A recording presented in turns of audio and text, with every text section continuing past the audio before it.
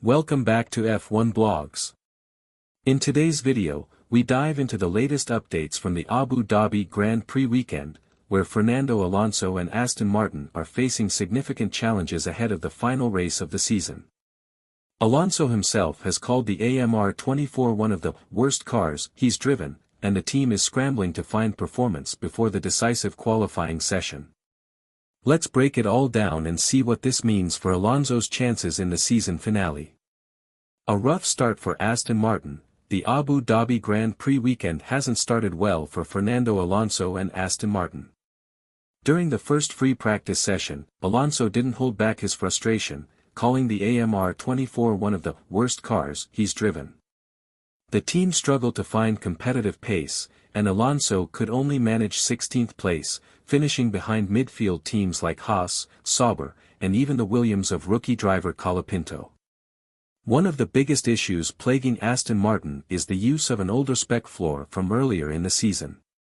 This outdated component, which was last used at the Japanese Grand Prix, has made it nearly impossible for the team to compete on a track like Yas Marina, which demands strong downforce and efficient aerodynamics. While other teams have successfully integrated updates, Aston Martin has been left behind, and it's showing in their results.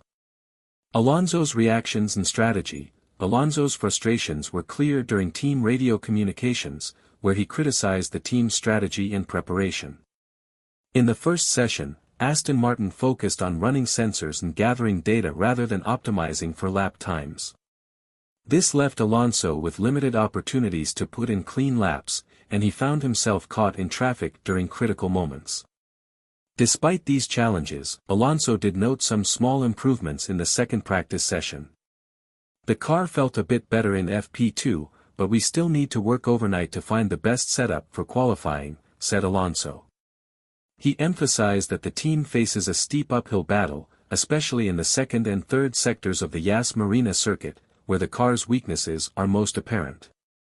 The competition heats up, while Aston Martin struggles. The competition at the front of the grid is fierce.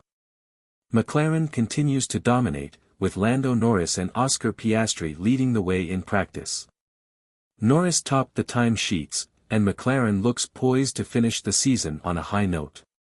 Meanwhile, Carlos Sainz secured fourth place for Ferrari, but his teammate Charles Leclerc will face a 10-place grid penalty due to a battery change, complicating Ferrari's efforts to compete for the constructors' title. Even Red Bull, typically a dominant force, has shown surprising struggles this weekend. Max Verstappen and Sergio Perez were over a second off the pace in practice, raising questions about their performance on a circuit that doesn't seem to suit their car's characteristics. What's next for Alonso and Aston Martin? Heading into the final qualifying session of the season, Alonso remains realistic about his chances. It's going to be hard to fight for points, he admitted. The team will need to find every possible advantage overnight to close the gap to the midfield competitors.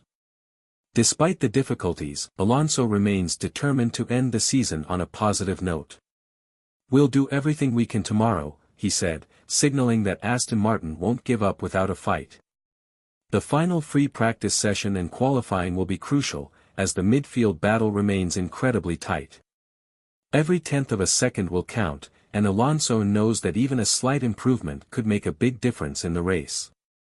Fernando Alonso and Aston Martin face a tough challenge in Abu Dhabi, but the two-time world champion is not one to back down from a fight.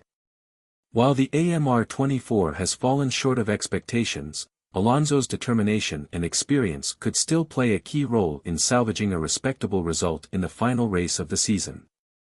What do you think?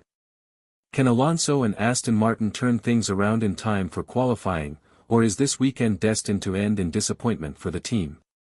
Let us know in the comments below. And before you go, don't forget to subscribe to F1 Blogs for all the latest updates, analysis, and insights from the world of Formula One. Thanks for watching, and we'll see you next time.